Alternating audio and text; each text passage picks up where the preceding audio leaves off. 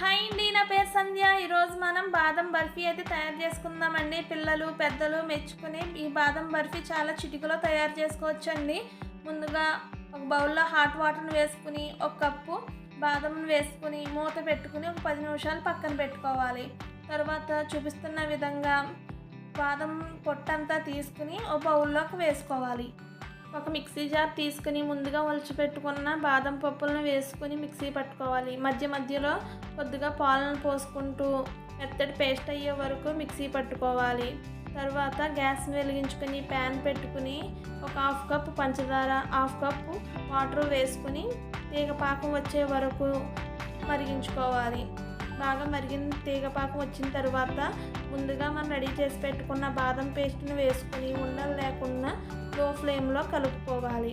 బాగా కలుపుకున్న తర్వాత మధ్య మధ్యలో నెయ్యిని వేసుకుంటూ తిప్పుతూ ఉండాలి.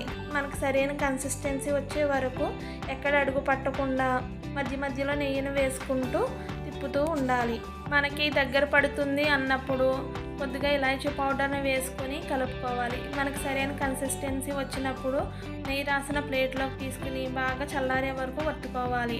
తర్వాత బటర్ పేపర్ మీద కానీ లేదా నెయ్యి రాసిన ప్లేట్ మీద కానీ తీసుకుని ఒక చపాతీ కర్రతో చూపిస్తున్న విధంగా వత్తుకోవాలి.